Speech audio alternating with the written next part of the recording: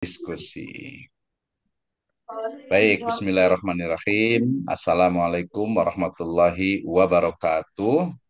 Waalaikumsalam Waalaikumsalam warahmatullahi warahmatullahi wabarakatuh. wabarakatuh. Waalaikumsalam warahmatullahi Alhamdulillahirabbil alamin. Assalatu wassalamu ala asrafil anbiya'i wal mursalin, habibana wa nabiyyana wa sayyidana Muhammadin sallallahu alaihi wasallam wa ala alihi wa ashabihi wa man tabi'ahum bi ihsanin ila yaumiddin wa ba'd. Qala Allah Ta'ala fi kitabihil karim, a'udzu billahi minasyaitonir rajim. Bismillahirrahmanirrahim.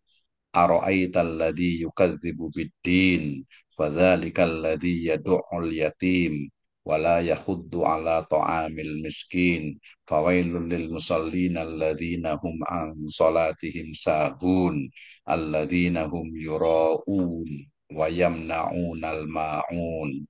Waqala Rasulullah sallallahu alaihi wasallam, khairun nas anfa'uhum linnas. Amma ba'd fa inna asdaqal hadits kitabullah wa khairal huda huda Nabi sallallahu alaihi wasallam. Alhamdulillah, syukur kepada Subhanahu wa taala yang telah memberikan kepada kita kenikmatan iman, Islam dan juga ihsan. Kemudian salawat dan salam sama-sama kita panjatkan kepada junjungan alam Habibana wa Nabiyana wa Sayyidana Muhammadin sallallahu alaihi wasallam, kepada seluruh ahlul baitnya, para sahabatnya, serta orang-orang yang senantiasa mengikuti jejak sunnahnya hingga akhir zaman. Saya ucapkan terima kasih kepada seluruh peserta yang hadir pada program Visiting Lecture dari P3M, Pusat Penelitian dan Pengabdian kepada Masyarakat, Sekolah Tinggi Agama Islam Sirojul Falah, Bogor. Terima kasih atas kehadirannya dan khususnya ya our guest lecture today, yaitu Bapak Dr. Wage SPDI MA dari Sekolah Tinggi Agama Islam ya Al-Mujtahadah Pekanbaru. Masya Allah. Terima kasih atas kehadirannya. Baik, kita sapa beliau dulu nih. Assalamualaikum warahmatullahi wabarakatuh. Pak Dokter, gimana kabarnya? Waalaikumsalam warahmatullahi wabarakatuh. Alhamdulillah sehat, baik-baik Pak Dr. Misnawab. Alhamdulillah. Baik, terima kasih ya. Saya tadi mau membacakan CV beliau nih, tapi kayaknya sudah terkenal itu ketua di STAI Al-Mustahda Pekanbaru. Nanti kita bisa lihat lah. Biasanya kalau orang-orang lapangan, orang-orang yang biasa pengabdian itu memang tidak mau banyak dikenal biasanya gitu ya. Baik, Ibu Bapak sekalian, ini adalah program visiting lecture, tapi topik hari ini adalah bicara tentang pengabdian kepada masyarakat secara teoritis dan juga praktisnya. Nanti kita akan lihat bagaimana sebenarnya pengalaman beliau Pak Dr. Wage ini terkait dengan PKM atau pengabdian kepada masyarakat. Kita pahami bersama bahwa seorang dosen yaitu memiliki kewajiban yaitu Tridharma perguruan tinggi ya. Di perguruan tinggi dan pelaksananya itu adalah dosen. Selain pengajaran juga di sana ada penelitian dan juga pengabdian kepada masyarakat. Ya sayangnya ya stigma ya stigma dari beberapa dosen yang menganggap bahwasannya seolah-olah itu dosen itu ya hanya mengajar saja gitu ya. Walaupun faktanya juga kadang orang-orang yang biasa hanya mengajar saja itu dari beberapa pengamatan, tidak semuanya sih ya, itu biasanya itu cenderung yang ngajarnya itu dengan model yang lama, pendekatan yang lama, metode yang lama, materi pun terkadang itu kurang update gitu ya. Dan ada beberapa dosen-dosen senior itu yang dengan IT, apalagi dengan artificial intelligence itu kurang update, sayang sekali ya. Padahal dosen itu adalah seorang guru yang digugu dan ditiru, yang mestinya mampu untuk mengupdate dari pengetahuan yang ada sekarang ini. Dari sisi riset ya ataupun penelitian ya ternyata juga kurangkah kita lihat ya.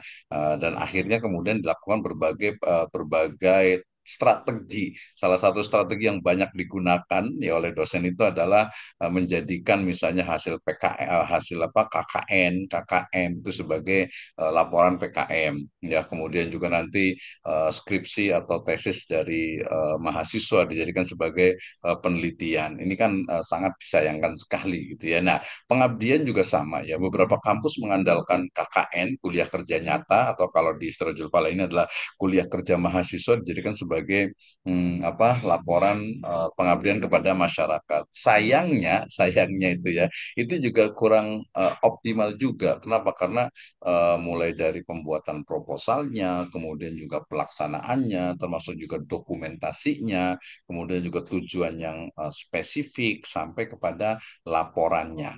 Ya, kalau kita melihat secara umum, saya mengatakan secara general, dosen-dosen kita sudah mengabdi kepada masyarakat seperti yang saya tuliskan tuh di di caption ya.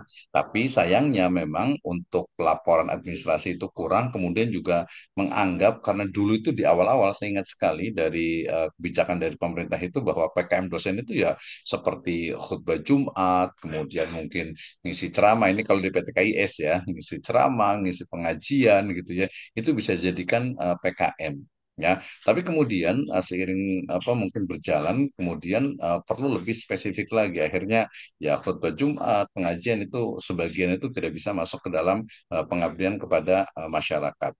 Yang terkait juga, yang menarik juga adalah mungkin kita juga perlu pahamkan nanti kita akan banyak tanya kepada Dr. Wage terkait dengan apakah PKM pengabdian kepada masyarakat seorang dosen itu harus sesuai dengan bidangnya ya mungkin sertifikasi dosennya atau mungkin justru malah tidak ada kaitannya gitu tidak ada kaitan dengan kepakaran dari dosen itu misalnya kalau saya itu di Islamic Law di hukum Islam kemudian saya bebas saja pakai mau ekonomi mau pendidikan bahkan mungkin tentang pengelolaan sampah kebersihan gitu ya atau mungkin tentang pernikahan misalnya. Nah, itu mungkin nanti kita bisa diskusikan bersama. Yang pasti bahwa hari ini kita sebenarnya bukan hanya mendengarkan tentang pengalaman beliau pada Dr. Wage, tapi juga kita nanti akan kerjasama untuk bagaimana kolaborasi dalam ya pengembangan dari khususnya ya penelitian pengabdian kepada masyarakat. Sebenarnya juga termasuk pengajaran ya tadi saya sebutkan misalnya kita akan buat misalnya untuk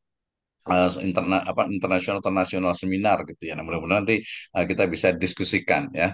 Kalau Pak Dr. Waka sebagai ketua STI juga bisa langsung eksekusi biasanya gitu ya. Apa nih yang kita bisa lakukan ya? Misalnya nanti Juni atau Juli dan lain sebagainya. Baik ya, Ibu Bapak sekalian, ya menghemat waktu, saya persilakan kepada Bapak Dr. Wage SPDI MA untuk menyampaikan materinya terkait dengan bagaimana pengabdian kepada masyarakat secara teori dan praktis dan pengalaman beliau sebagai orang lapangan gitu ya. Walaupun sekarang sudah ke kantor biasa, tapi rektor juga ketua juga biasanya mesti harus keluar juga nih. Ya, jadi malah justru hampir 70% itu ketua itu biasanya harus di luar gitu ya. Nyari banyak macam-macam lah, kadang sampai nyari mahasiswa juga, nyari dana juga Ya, gitu ya. Baik, terima kasih. Kami persilahkan kepada Ustadz Dr. Wages dari MA, Pak Alaihi Faliyatafadol Mashkuro. Mangga, silakan, Pak Dokter. baik.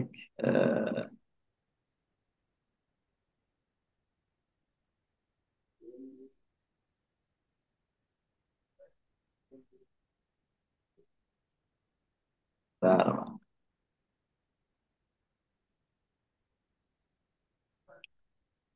Baik, Bismillahirrahmanirrahim. Assalamualaikum warahmatullahi wabarakatuh.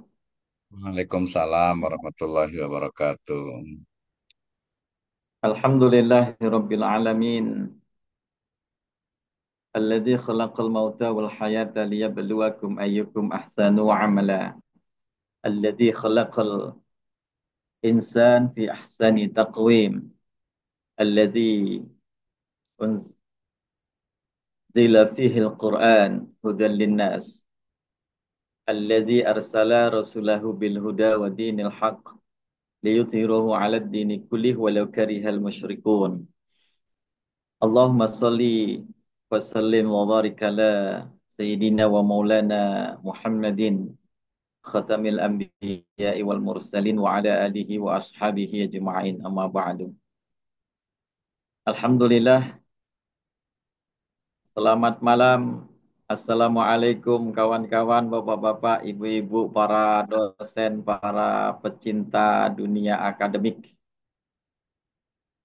Dipertemukan oleh Allah kita pada malam hari ini dengan Pak Dr. Misno, Bu Novia, Pak Suharman, Bu Ainon, dan lain-lain dari berbagai perguruan tinggi yang ada di PT KIS. Paling tidak ya, mungkin ada yang dari luar ya, selain PT KIS, Pak.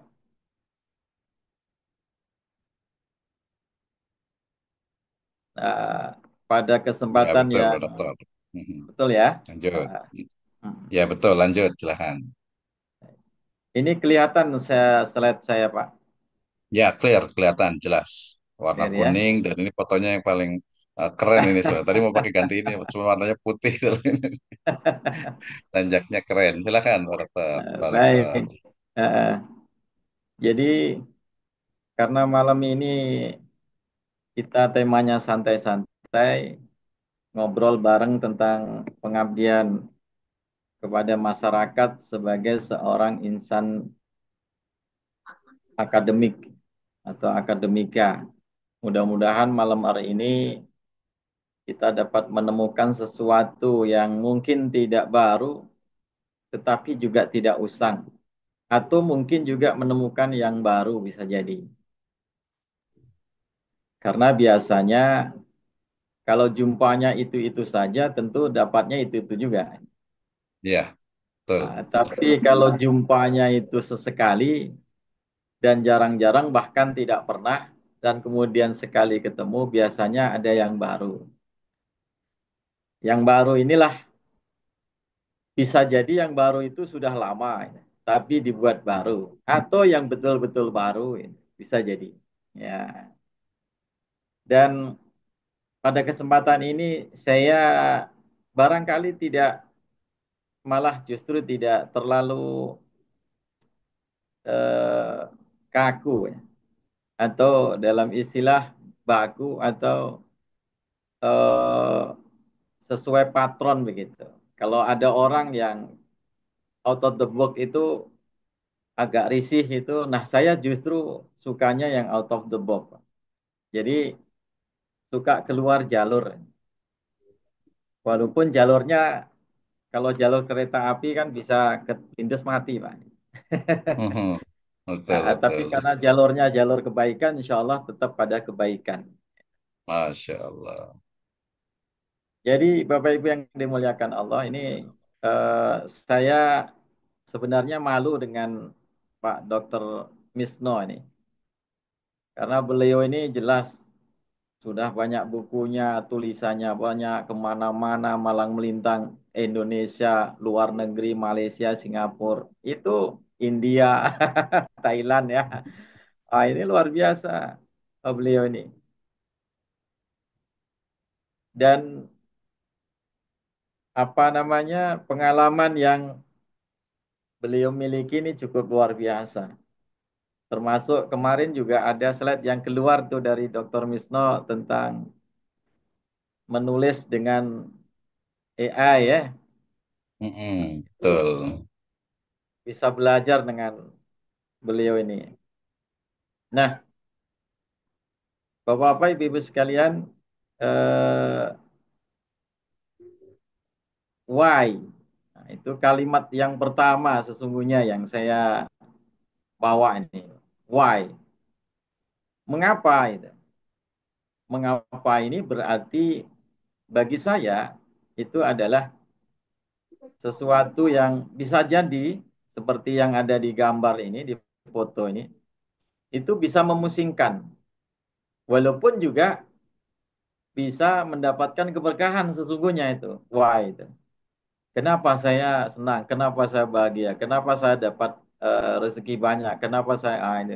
Tapi kalau yang begitu-begitu itu nggak pusing. Yang pusing itu kalau harus berjibaku eh, terjun ke masyarakat, membuat ini, melakukan itu, belum lagi nanti laporan dan lain sebagainya seperti ini Pak Dr. Misno sampaikan. Nah, why? Kenapa dosen itu mesti mengabdikan dirinya kepada masyarakat? Nah, itu kan pertanyaan sesungguhnya yang sangat menggelikan itu. Kalau ada dosen yang masih bertanya begitu, berarti dosennya dipertanyakan. Bukan pertanyaan Oh, yang salah. iya, iya, iya, iya, Pertanyaan iya. yang salah, tapi dosennya dipertanyakan. Maka saya akan mengawalinya ketika why ini saya berpangku kepada mengingatkan kepada kita bersama. Kita Walaupun melihat punten ke boleh wajah di Pak. full screen kan tidak? Boleh di full screen kan supaya lebih bagus. Oke, oke. Baik, Oke, baik. sip. Terima kasih, Punten. Silakan. Oke. Nah, mengapa sebagai dosen harus mengabdikan dirinya kepada masyarakat? Maka kita kembali kepada landasan pengabdian kepada masyarakat itu sendiri. Paling tidak, pengabdian kepada masyarakat itu landasannya kepada tiga hal. Ada landasan normatif, ada landasan filosofisnya, dan kemudian landasan teoritisnya. Apa yang tiga itu? Landasan normatifnya yang pasti adalah tentang undang-undang Republik Indonesia nomor 12 tahun 2012 tentang perguruan tinggi. Yang mengkhususkan tentang itu adalah bab 1 Ketentuan Umum pasal 1 ayat 11, yaitu tentang pengabdian kepada masyarakat. Apa itu pengabdian masyarakat kepada masyarakat? Yaitu kegiatan sivitas akademika yang memanfaatkan ilmu pengetahuan dan teknologi. Tujuannya adalah untuk memajukan kesejahteraan masyarakat dan mencerdaskan kehidupan bangsa. Sederhana sesungguhnya. Konsep ini sangat sederhana sesungguhnya. Jadi asal dia sivitas akademika, baik dosen berarti dan juga mahasiswa. Karena dia sivitas akademika. Di situ tidak disebutkan rektornya, wakil rektornya, eh, ketua prodi, dekan, enggak. Tetapi sivitas akademika. Asal dia dosen, maka harus melakukan hal itu. Yaitu memanfaatkan ilmu pengetahuan dan teknologi. Nah, ini sederhana dan kalau ini saya nggak terlalu banyak ke sini, Pak Dokter, Bapak Ibu sekalian. Ya, ini hanya untuk mengingatkan saja ya landasan normatifnya itu. Ini masih landasan normatif, tetapi lebih kepada apa sih tugasnya sebagai seorang dosen? Tugas utama dosen dalam PKM undang-undang itu ini. Ini pasal atau ayat 14-nya. Pasalnya masih sama, bab 1 Ketentuan Umum pasal 1 ayat 14. Dosen adalah pendidik profesional dan ilmuwan. Jadi pendidik profesional dan ilmuwan. Yang tugas utamanya adalah mentransformasikan, mengembangkan, dan menyebarluaskan ilmu pengetahuan dan teknologi melalui satu pendidikan, dua penelitian, dan tiga pengabdian kepada masyarakat. Jadi pengabdian masyarakat kepada masyarakat itu adalah tugas utama bagi seorang dosen. Nah, itu yang harus diingat, Pak. Jadi kalau masih ada yang bertanya atau hanya sekedar untuk supaya bisa naik jabatan fungsional gitu. Nah, itu sesungguhnya dipertanyakan kedosenannya. Baik, yang kedua, kalau itu landasan normatif dari undang-undang, maka yang kedua, landasan normatifnya adalah kita ambil dari Al-Quran. Karena kita PTKIS, Pak. Atau Setuju, perguruan tinggi betul. Islam. Luar biasa. Ah, harus ini. Supaya tidak lupa nanti dia sebagai apa kan. Maka kalau di dalam Al-Quran disebutkan, wa ma khalaqtul jinna wal insa illa liya'budun. Tidaklah kami menciptakan jin dan manusia melainkan untuk beribadah kepadaku, mengabdi kepadaku. Jadi sesungguhnya kalau kita lihat pengabdian itu asal katanya ini dari Al-Quran, Pak. Kata Al-Quran ini. Liya'budun. Itulah tujuan diciptakan manusia itu. Yang namanya manusia, salah satunya bagian itu adalah profesi sebagai seorang dosen. Maka dosen itu juga harus mengabdi kepada Allah dengan melalui pengabdian kepada masyarakat. Nah, saya kira begitu itu, sederhananya gitu. Yang kedua, ini yang justru lebih menukik lagi. Kuntum khaira ummat ukhrijat linnas ta'muruna bil ma'ruf wa tanhauna 'anil munkar. Wa tu'minuna billahi walau amana ahlul kitabi lakana khairan lahum minhumul mu'minuna wa aktsaruhumul fasiqun. Kamu adalah umat yang paling terbaik, yaitu kalau kamu ukhrijat linas, melakukan pengembangan pengabdian kepada masyarakat. Dengan caranya bagaimana? Ta'muruna bil ma'ruf wa tanhauna 'anil munkar. Dan pasti kita sebagai orang Islam wa tu'minuna billah, beriman kepada Allah. Nah, itu. Jadi kita bisa dikatakan umat yang paling terbaik, kelompok Islam, banyak umat selain Islam, umat Islam banyak, dan kita adalah umat Islam salah satu daripada umat yang banyak itu. Dan dikatakan oleh Allah, umat Islam adalah umat yang paling terbaik. Maka kewajiban dan tugasnya adalah mengabdikan dirinya untuk masyarakat. Itu jelas.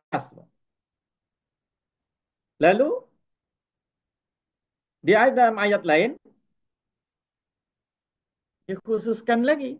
Wa idh qala rabbuka lil malaikati inni ja'ilun fil ardi khalifah. Qalu ataj'alu fiha man yufsidu fiha wa yasfikud dima wa nahnu nusabbihu bihamdika wa nuqaddisu lak. Qala inni a'lamu ma la ta'lamun. Dan ketika Allah berkomunikasi dengan para malaikat, ini sesungguhnya aku hendak menjadikan fil ardi, di muka bumi ini, khalifah. Manusia dijadikan khalifah oleh Allah. Kalaupun ada keraguan oleh malaikat yang mempertanyakan kehebatan manusia, tapi Allah sendiri mengatakan, ini a'lamu ma la ta'lamun. Sesungguhnya aku lebih mengetahui daripada kalian, para malaikat. Jadi manusia ini ternyata makhluk yang paling hebat. Oleh karena itu wajar kalau dijadikan khalifah. Khalifah itu adalah wakilnya Allah. Maka dosen itu adalah khalifah atau wakilnya Allah. Jadi kalau dosen yang tak tahu dirinya siapa, ini juga dosennya dipertanyakan. Jadi dosen itu khalifah atau wakilnya Allah. Yang memang diperintahkan oleh Allah, dijadikan oleh Allah untuk memelihara dan membangun bumi. Nah, selain dari undang-undang, lalu kemudian normatifnya lagi dari Al-Quran, maka dari hadis Nabi Muhammad sallallahu alaihi wasallam, "Man kana yaumuhu khairan min amsihi fahuwa rabih, wa man kana yaumuhu misla amsihi fahuwa maghbun, wa man kana yaumuhu syarran min amsihi fahuwa mal'un." Jadi kalau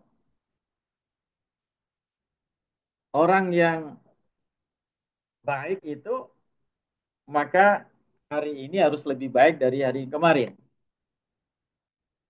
Kalau dia tidak baik, dia tidak beruntung, maka hari ini sama dengan hari yang kemarin, itu namanya rugi. Kalau kalau sama itu namanya merugi. Kalau dia lebih buruk daripada yang kemarin, itu celaka. Jadi kalau orang yang celaka, kalau dosennya tak ada kemajuan dalam pengabdian kepada masyarakat, itu saja. Atau mengolah-ngolah itu datanya, itu saja. Gitu. Tak ada perbaikan diri, tak ada perbaikan metode mengajar, tak ada perbaikan metode pengabdian, tak ada perbaikan metode penelitian. Nah, ini sebenarnya termasuk diri saya ini sesungguhnya, Pak Dr. Misnon. Ya, bagian daripada Masya Allah. oh, orang-orang yang merugi sesungguhnya. Bahkan jangan-jangan celaka juga kita ini. Nah, maka kita ditinggal oleh waktu sesungguhnya. Jadi waktu semakin hari, akhirnya sampai pensiun nggak ada kemajuan. Yang kedua, adalah landasan filosofisnya. Jadi landasan mu'allif, landasan filosofis bahwa fokus utama daripada PKM itu adalah sumber daya manusianya. Apa maksudnya? Manusia itu sebagai subjek pembangunan. Jadi ketika dosen atau mahasiswa, dosen mengabdi kepada masyarakat, sesungguhnya yang fokusnya adalah sumber daya manusianya, itu masyarakat. Sebab apa? Karena masyarakat itu adalah subjek pembangunan. Mengapa di perguruan tinggi di Indonesia khususnya itu mengemban yang namanya Tridharma perguruan tinggi. Dan salah satunya adalah pengabdian kepada masyarakat. Karena Indonesia membangun manusianya itu salah satunya adalah melalui perguruan tinggi. Dan perguruan tinggi itu bukan hanya mencetak sarjana sesungguhnya. Tapi harus kemudian membangun masyarakat secara umum. Salah satunya adalah melalui PKM. Pengabdian kepada masyarakat. Maka menjadi wajib bagi seorang dosen, seorang akademisi untuk kemudian melakukan pengabdian kepada masyarakat. Yang kedua, ada konsensus atau bersama. Dan ini menjadi kunci keberhasilan. Pengabdian itu bukanlah hanya sebatas soal memberikan, tetapi lebih kepada tunduk dan patuh kepada masyarakat. Saya contohkan begini Bapak Ibu sekalian. Kalau kita hanya memberikan, maka kita ingin kembali yang kita berikan. Ini sederhana saja. Kalau kita berfokus hanya memberikan, maka kita hanya ingin mendapatkan apa yang sudah kita berikan kepada siapa. Nah, kalau ini yang ada dalam pikiran kita, maka selesailah. Saya mengenang almarhum Buya Hamka.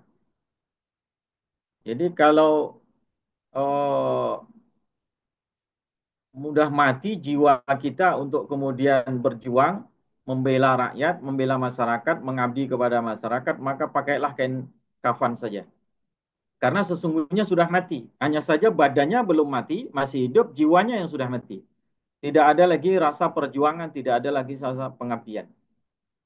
Maka konsensus atau bersama adalah kunci keberhasilan. Artinya bersama apa? Ke kampus, lembaga pendidikan, lembaga perguruan tinggi bersama-sama dengan masyarakat, membangun diri sendiri.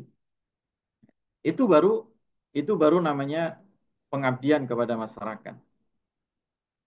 Maka nggak ada yang namanya pengabdian itu sesungguhnya misalnya KKN ya, anak-anak KKN. Saya selalu membimbing anak KKN itu saya bingung sendiri. Dan ketika saya sodorkan misalnya jalan ya atau bagaimana cara pengabdian yang terbaik, itu ternyata memang tidak mampu untuk kemudian kita atau sulit melaksanakannya. Sebab apa? Sesungguhnya kalau mahasiswa atau kita lah dosen, seharusnya nih dosen dan mahasiswa ketika akan melakukan pengabdian kepada masyarakat, mestinya dia tidak membawa proposal. Mestinya tidak membawa proposal. Proposal itu hanya sekedar ini saja, akademik saja. Tetapi kepada masyarakat tidak membawa proposal. Maka yang terbaik pengabdian masyarakat itu adalah datang kepada, nanti ada saya ini kan teknisnya, kepada masyarakat bahwa dia melakukan orientasi lapangan, observasi, termasuk adalah pengenalan apa tujuannya, mau ngadakan apa kegiatan semuanya. Setelah itu barulah kemudian mau ngapain itu pengabdian masyarakat di masyarakat itu. Jadi mau ngapainnya itu bukan ditentukan oleh dosen pribadi atau mahasiswa, tetapi bersama dengan masyarakat. Itu yang sesungguhnya. Nah, ini kan out of the box nih. Nah, jarang-jarang begini nih, Pak Dokter. Ya kalau keliru nanti minta diluruskan. Siap, lanjut, Pak Dokter. Baik. Yang ketiga, yang terpenting dari PKM itu adalah tentang penyadaran. Karena prosesnya yang sesungguhnya itulah PKM. Jadi proses penyadaran terhadap masyarakat, masyarakat ini kadang-kadang nggak tahu Bapak Ibu sekalian. Dia miskin, tapi tak tahu dia miskin. Dia kaya pun tak tahu kalau dia kaya. Nah, oleh karena itu, proses penyadaran melalui kegiatan yang disebut dengan pengabdian kepada masyarakat ini sangat penting. Dan sesungguhnya proses itulah yang bisa membangun masyarakat sesungguhnya. Nah, itu. Oke, baik. Saya akan agak cepat sedikit. Banyak nih. Yang ketiga, landasan teoritis. Nah, ini baru kita masuk kepada. Jadi pengabdian itu artinya adalah proses mengabdi. Ini dalam bahasa Kamus Besar Bahasa Indonesia. Jadi jelas. Liya'budun. Nah, itu jelas tuh. Mengabdi, beribadah kepada Allah. Jadi pengabdian itu beribadah kepada Allah. Sesungguhnya ya. Lalu kalau kita perhatikan bahasa global, pengabdian itu artinya kemanusiaan. Ini di dunia barat itu nggak kenal itu sesungguhnya pengabdian itu. Yang ada servis, makanya servant itu. Jadi yang jadi pengabdi, abdinya itu servant disebut. Nah, jadi servis humanity, ada, apa namanya, eh, hanya membawa nilai-nilai kemanusiaan saja. Tapi yang abdi sesungguhnya, apalagi bahasa ini diambil dari bahasa juga bahasa Arab misalnya, atau bahasa Al-Quran itu sungguh luar biasa mengabdi.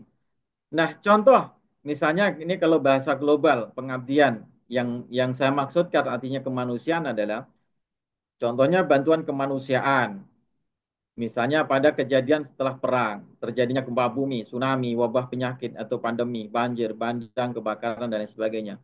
Itu mereka sebut dengan kemanusiaan. Programnya adalah program kemanusiaan. Nah, kalau program kemanusiaan ya sudah, kalau sudah beri bantuan selesai. Tapi kalau pengabdian berbeda. Tidak sama pengabdian dengan kemanusiaan. Pengabdian itu jelas ke manusia juga iya, tapi nilai pengabdi kepada Allah sesungguhnya lebih tajam, lebih tinggi lagi daripada kepada manusia saja. Manusia mengabdikan dirinya, memberi bantuan ke segala macamnya, itu adalah bagian daripada mengabdi kepada Allah. Nah, tergantung sekarang kita mau tinggal apa nih, kemana nih yang kita mau pakai. Nah, pengabdian diartikan sebagai pelaksanaan tugas dengan kesungguhan hati atau dengan secara ikhlas atas dasar keyakinan atau perwujudan kasih sayang, cinta, tanggung jawab, dan lain sebagainya kepada sesuatu. Itu normatif. Lalu kata tersebut berakar di kata Arab, bahasa Arab, yakni abada ya'budu abdan. Dari kata arti kata tersebut bermakna mengabdikan atau mendedikasikan diri sebagai abdi, yaitu hamba Allah kepada Allah. Orang yang melaksanakan kemudian disebut abid, perbuatannya disebut pengabdian, maka setiap pengabdian itu dinilai sebagai ibadah. Jadi kalau selama ini kita hanya berharap pengabdian kepada masyarakat itu nilainya adalah laporan, lalu kemudian outputnya laporan, outcome-nya itu nanti publikasi dan lain sebagainya, sesungguhnya hanya mengejar dunia saja. Itu. Kita lupa kepada siapa diri kita sesungguhnya. Ini saya ambil dari eh, apa namanya jurnal juga nih. Fajar Alimin, Taufik dan Murdiningsih. Dinamika psikologis pengabdian abdi dalam Keraton Surakarta Pasca Suksi Indigius Jurnal Ilmiah Psikologi. Ini menurut mereka. Nah, saya sepakat dengan ini karena memang bahwa pengabdian itu bukan hanya urusan kita dengan manusia, tapi lebih dari itu adalah urusan kita dengan Allah. Lalu pengabdian kepada masyarakat itu apa? Ini dia.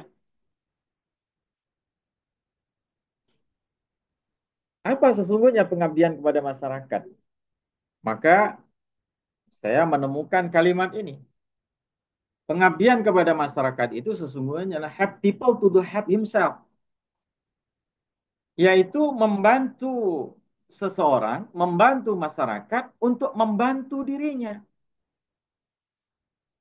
Maknanya apa?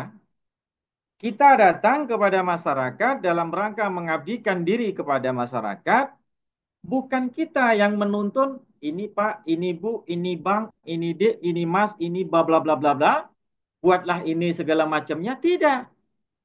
Kalau itu yang kita lakukan, maka sama dengan memberi makanan. Ini makan, bla bla bla, ini sekian, bantuan ini. Sudah selesai. Sudah jadi pulang kita. Kita catat bla bla bla bla bla sampai itu buat laporan. Dah selesai. Kalau itu yang terjadi.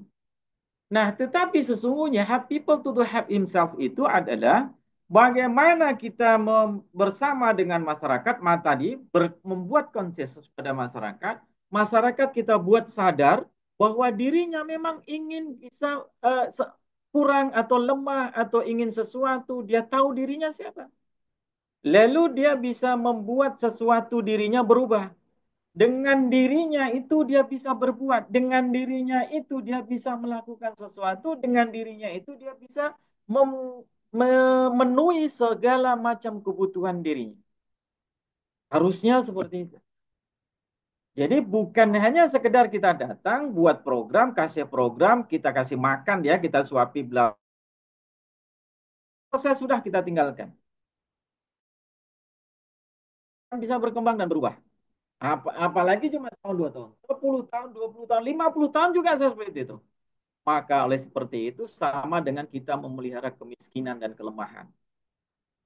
Nah, itulah yang disebut dengan kemiskinan absolut. Nah, maka sesungguhnya harusnya adalah pengabdian masyarakat itu kita nggak bawa proposal ke masyarakat itu. Kita buat proposal bukan untuk masyarakat. Kita bawa proposal itu adalah untuk lembaga, untuk perguruan kampus kita, untuk laporan ke atas, untuk pemerintah, untuk sebagai laporan nanti kenaikan jabatan. Oke, nggak ada masalah itu. Itu urusan kita. Tetapi kepada masyarakat, kepada Allah, mestilah kemudian pengabdian kepada masyarakat itu adalah kita betul-betul mengabdikan diri bahwa kita tunduk dan patuh kepada masyarakat. Misalnya, contoh nih. Ketika kita datang kepada masyarakat, kita lihat, kita observasi, kita orientasi ke lapangan, maka kemudian kita lihat apakah di situ ada yang namanya modal sosial. Salah satu modal sosial yang kita bisa lihat misalnya adat istiadat lah. Misalnya ada adat istiadat berkenaan dengan kawinan atau apalah begitu ya. Itu modal sosial. Bagaimana dengan uh, modal sosial itu masyarakat bisa berkembang atau bisa maju. Dia sadar bahwa bukan hanya sekedar itu nilai adat, nilai budaya, tetapi adalah dia yang bisa maju dari itu. Misalnya adat perkawinan itu bisa menjadi pariwisata atau wisata. Orang banyak melihat, tapi harus dipublis, kemudian diberikan kesadaran dan lain sebagainya. Tentu banyak bimbingan itu oleh orang-orang yang ahli lah ya, di dalam itu. Oleh karena itu kalau kita lihat sekarang misalnya di Jawa itu hampir bumdes-bumdes di Jawa itu bisa berkembang dan itu membangun masyarakatnya. Bahkan sampai miliaran dia punya hartanya, punya modalnya itu, bumdes itu. Karena apa? Dia mengembangkan modal sosialnya. Ada potensi alam di sana, ada potensi budaya, ada potensi agama, ada potensi politik, ada potensi sosial. Dia kembangkan, dia cari itu potensi-potensi itu, dia kembangkan potensi-potensi itu jadi nilai ekonomi. Nah, kalau kita lihat paradigma PKM atau paradigma PKM itu sesungguhnya ini ada bahwa pola pikir kita sudah mengarah bukan hanya sekedar ya jangan hanya sekedar akademik saja begitu. Tapi ketika kita PKM itu ya kita lihat nilai agamanya, kemanusiaan, adil berada, persatuan, musyawarah, kesejahteraan. Itulah yang ada pada falsafah bangsa kita yaitu Pancasila. Jadi ini penting sekali paradigma berpikir kita ketika kita melakukan PKM. Lalu salah satu contohnya kalau tadi kan kesejahteraan, kita lah ambil satu contohnya PKM untuk kesejahteraan misalnya. Maka yang namanya masyarakat sejahtera itu satu fisik. Fisiknya bagaimana? Nih, masyarakat dapat memenuhi kebutuhannya sehat jasmani dan rohani, kondisi rumah layak huni, pendidikan anak-anak terjamin, kemandirian, masyarakat sadar akan partisipasinya dalam setiap kegiatan bersama, dan masyarakat sadar tentang tujuan hidupnya yang sesungguhnya. Itu yang dicapai kesejahteraan. Lalu bukan hanya fisik saja, batinnya juga perlu. Bagaimana? Masyarakat harus merasa aman, nyaman, terutama dalam menjalankan agamanya misalnya. Karena kita orang yang beragama. Apalagi PTKIS ya, guru agama ini, dosen-dosen beragama Islam. Oke. Nah, sekarang kita masuk kepada langkah praktis PKM. Ini yang saya tadi sudah sampaikan di atas. Ya, saya singgung juga. Lalu kemudian saya lebih khusus lagi. Langkah praktisnya bagaimana PKM itu? Yang pertama orientasi lapangan. Di situ kita observasi lapangan, lalu kemudian juga pengenalan atau pengenalan kegiatan dan lain sebagainya, pengenalan diri kita kepada masyarakat. Apa yang kita ingin lakukan, kita sampaikan, kita lihat di situ. Lalu kemudian setelah kita selesai orientasi lapangan berhasil, lalu ada hasilnya di situ. Apa hasilnya? Ah, sesuatu yang kita bisa akan jadikan sebagai sebuah nilai, yaitu potensi yang kita temukan di masyarakat itu. Lalu selanjutnya apa? Pembentukan komunitas. Ketika kita ingin bersama dalam PKM itu dengan masyarakat, maka yang perlu kita lakukan adalah membentukan komunitas. Kalau kita pernah membentuk komunitas, maka yang terjadi selesai sudah. Kenapa sekarang ada misalnya desa binaan atau kampung binaan misalnya? Ada komunitas binaan begitu. Ini sesungguhnya harus dipahami juga oleh para pengabdi-pengabdi pada masyarakat nih. Jadi pengabdi masyarakat itu harus membentuk komunitas-komunitas di mana komunitas itu sudah dihasilkan dari orientasi lapangan dulu. Nggak bisa langsung bentuk saja komunitas, nggak tahu potensinya apa, apakah potensinya ini pertanian, peternakan, kehutanan, kelautan, atau budaya, atau politik, atau agama, nggak tahu. Harus orientasi lapangan dulu, baru kemudian membentuk komunitas. Pembentukan komunitas itu didahului oleh orientasi lapangan. Barulah setelah pembentukan komunitas tahu sudah ada dengan apa yang ingin dilakukan ada, maka penyusunan rencana. Penyusunan rencana ini bersama-sama dengan masyarakat tempatan. Bukan misalnya dosen dengan dosen, mahasiswa dengan mahasiswa. Tidak, tapi harus bersama-sama. Kalau yang ini bukan berarti kemudian akan meninggalkan yang selama ini kita buat, bukan. Dan menyalahkan, bukan. Tetapi adalah sesungguhnya memang seharusnya begitu. Gitu. Nah, ini yang kalau kita ingin menemukan sesuatu ya. Tapi kalau hanya biasa-biasa ya sudah kita lakukan yang biasa-biasa. Nah, penyusunan rencana sudah, maka jadilah sebuah proposal. Proposal yang kita akan jadikan pegangan bersama-sama dengan masyarakat lokal. Masyarakat lokal yang kita adakan pengabdian tadi itu, kita buat proposal berbeda dengan proposal mungkin dengan apa yang kita punya. Atau sama persis seperti itu. Bisa jadi langkah-langkahnya, walaupun nanti berbeda pada poin-poinnya tertentu, nilai-nilainya, potensinya. Itu proposal itu yang akan kita bawa kerjasama dengan misalnya pihak ketiga. Bisa dinas, bisa perusahaan, bisa konsorsium apapun itu, atau LSM dan lain sebagainya, atau bahkan negara lain. Nah, gitu. Penyusunan rencana tadi, sebuah proposal tadi, wah ini bagus ini. Misalnya dalam catatan misalnya kita ingin meningkatkan perekonomian masyarakat melalui pengolahan limbah keluarga misalnya, atau limbah rumah tangga misalnya. Nah, itu kan bisa kita bawa proposal itu kepada lembaga-lembaga yang punya konsen ke sana gitu. Dan ini bisa mendatangkan kekuatan kekuatan ekonomi untuk baik untuk masyarakat, untuk juga para dosen yang sedang melakukan pengabdian. Jadi tidak bergantung sesungguhnya hanya kepada pemerintah, uang ini dinas apa Kemenak atau lain-lain ya itu. Nah, walaupun itu iya ya kita lakukan ya, tapi yang seperti ini juga kita bisa lakukan. Lalu kemudian pengorganisasian itu berarti pelaksanaan ya. Lalu kemudian ada evaluasi, ada pembuatan laporan, publikasi dan lain sebagainya. Itu saya kira. Nah, ini ada beberapa teknik tapi kayaknya udah terlalu malam nih Pak Dr. Misno. 10 menit lagi, Pak Dokter, 10 menit lagi. Oh, 10 menit lagi, baik. 10 Mhm. menit lagi. Tapi saya tidak akan inilah. Ini teknik PKM ya, ada animasi semangat sosial. Salah satunya inilah saya ini, yaitu kemampuan menginspirasi, mengantusiasi, mengaktifasi, menstimulasi, menggerakkan dan memotivasi orang lain untuk melakukan tindakan. Jadi ini sebuah sebut untuk pertindakan dan itu yang disebut dengan fasilitator. Jadi dosen ketika pengabdian kepada masyarakat sesungguhnya dia sedang memfasilitasi masyarakat. Untuk apa? Untuk bisa masyarakat itu mau bergerak, mau bertindak, mau berpartisipasi dalam apapun itu kegiatan sosial. Jadi tugasnya sebagai fasilitator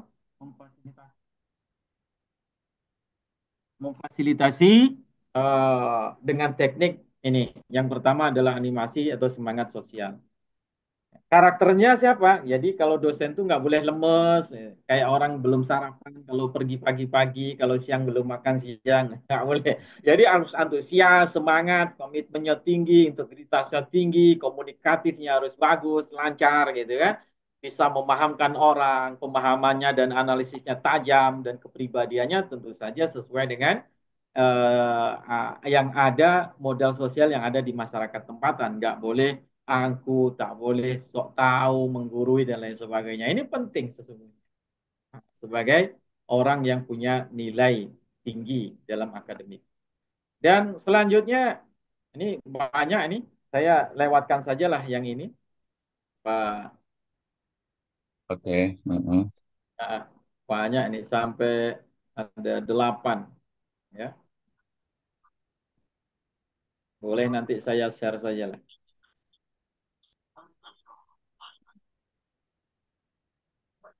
Nah, ini yang mungkin tadi ada juga yang nanya bagaimana sistematika proposal pengabdian. Ya, sederhana saja, yang normal-normal saja dalam perguruan tinggi ya seperti ini. Pada pendahuluan, perumusan masalah, metode pengabdiannya ada, jadwal pelaksanaannya kapan ada, begitu ya. Daftar pustaka, gambaran ipteksnya, peta lokasi mitra sasaran, luaran dan target capaian, perkiraan biaya pengabdian, persetujuan atau pernyataan dari mitra.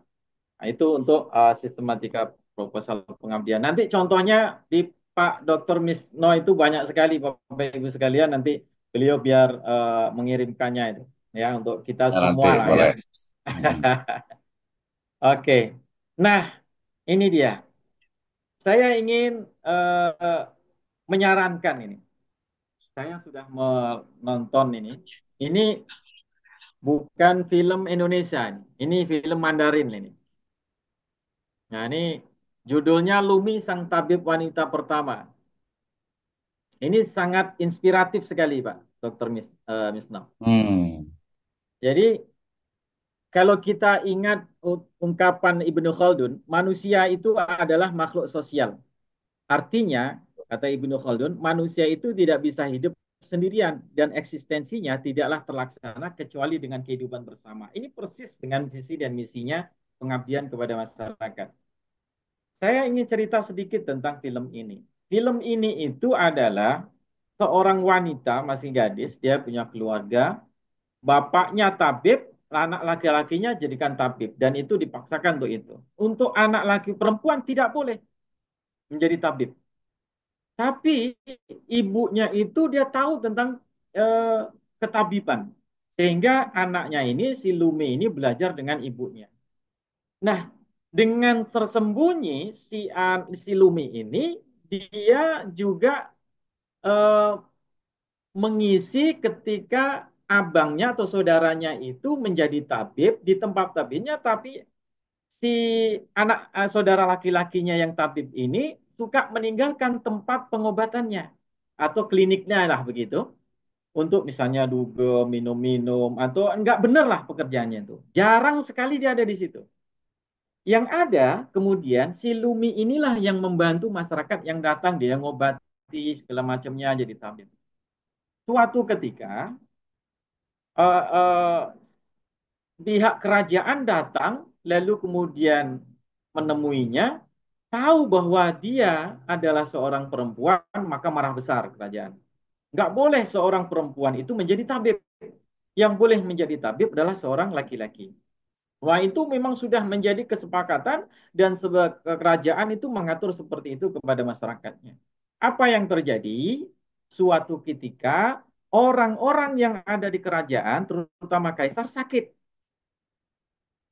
Nah, di tempat pengobatan tabib yang saudaranya Lumi ini, banyak masyarakat dan pengobatannya terkenal bahwa mudah sembuh, cepat sembuh, dan hebat tabibnya. Nah, maka dipanggillah si tabib ini ke kerajaan. Maka datanglah ayahnya, anaknya, saudara laki-laki tadi dipanggil ke kerajaan. Kalau bisa menyembuhkan si kaisar ini, maka dia akan mendapatkan apapun yang dia minta. Ketika diberikan surat itu, gemetar mereka, mereka bingung, dia nggak tahu. Tapi dia coba datang ke kerajaan. Sampai di kerajaan, dihadapkan dengan kaisar, kaisar kemudian sakitnya parah, si ayah dan anak laki-laki yang jadi tabib tadi, yang palsu kira-kira begitulah itu, dia tidak bisa mengobati kaisar. Bingung dia. Padahal kalau tidak, dia akan dipenjarakan itu. Kalau tidak bisa menyembuhkan. Maka terpaksalah dia manggil Lumi karena dia tahu saudara ini bahwa Lumi lah yang sesungguhnya mengobati di tempat kliniknya tadi. Nah, akhirnya apa? Lumi ini bisa menyembuhkan sakitnya kaisar, lalu uh, uh, permintaan apa akan dipenuhi? Ternyata sederhana bagi si Lumi, saya tidak minta apa-apa kecuali berikan kesempatan bagi wanita-wanita yang ada di negeri ini untuk bisa menjadi tabib. Nah, itu permintaannya. Kan luar biasa nih. Penyadaran bahwa laki-laki tidak selama-lamanya dia bisa di atas perempuan. Apa yang bisa dilakukan laki-laki tidak mungkin tidak bisa dilakukan perempuan. Dan kemudian ternyata ada wanita yang bahkan lebih hebat daripada perempuan laki-laki dalam keahlian tertentu. Maka hal inilah kemudian akhirnya kerajaan membolehkan perempuan di daerah itu, di negeri itu boleh. Kalau kita lihat kisah itu ada pada satu di Indonesia. Nah, ini bulan April, maka temanya perempuan nih Pak Dr. Misno. Banyak hal yang bisa menjatuhkanmu, tapi satu-satunya hal yang benar-benar dapat menjatuhkan adalah sikapmu sendiri.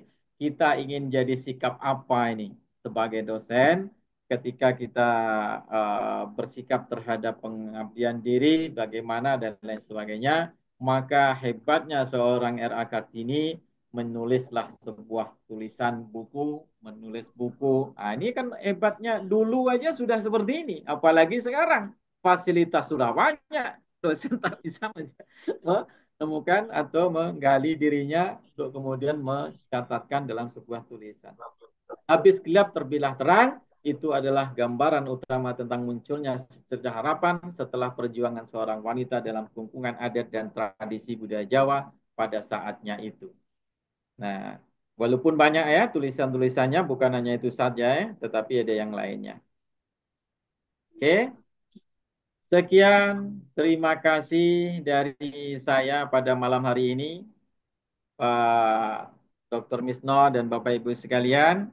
Seperti tadi yang disampaikan oleh Pak Dr. Misno, kita diskusi, kita bincang-bincang, kita bercengkrama pada malam hari ini. Mudah-mudahan mendapatkan sesuatu yang berkah lah begitu kira-kira. Demikian.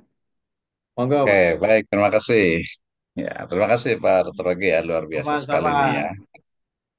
Pak Dr. Artinya Misbah. tadi betul ya, tadi perkataan yang awal itu bahwa ya mungkin karena kita belum pernah bertemu, kemudian juga istilahnya itu apa komunikasi, kemudian juga ada sesuatu yang baru gitu ya. Dan menurut saya ini banyak sekali gitu ya, karena memang kami dari Stay Sadar Falah ini sebenarnya memang ingin menyampaikan itu dan tadi alhamdulillah sudah tersampaikan bagaimana landasan-landasan normatif, kemudian juga PKM itu seperti apa gitu ya, menyadarkan bagi istilahnya itu siapa dosen dan juga sivitas akademika ya, bukan hanya dosen saja ya, sivitas akademika untuk memang melaksanakan salah satu dari Tridharma perguruan tinggi yaitu pengabdian kepada masyarakat. Nah ini menurut saya menarik sekali nih. Oke baik. Nah, sebelum teman-teman semua nanti kita akan diskusi, nanti ada satu pertanyaan juga. Mungkin saya mau bertanya dulu nih Pak Dokter nih, terkait dengan Hmm. PKM gitu ya. Mungkin pertama ini adalah pertanyaan sebenarnya mungkin bukan dijawab ya oleh Pak Dokter ya, tapi mungkin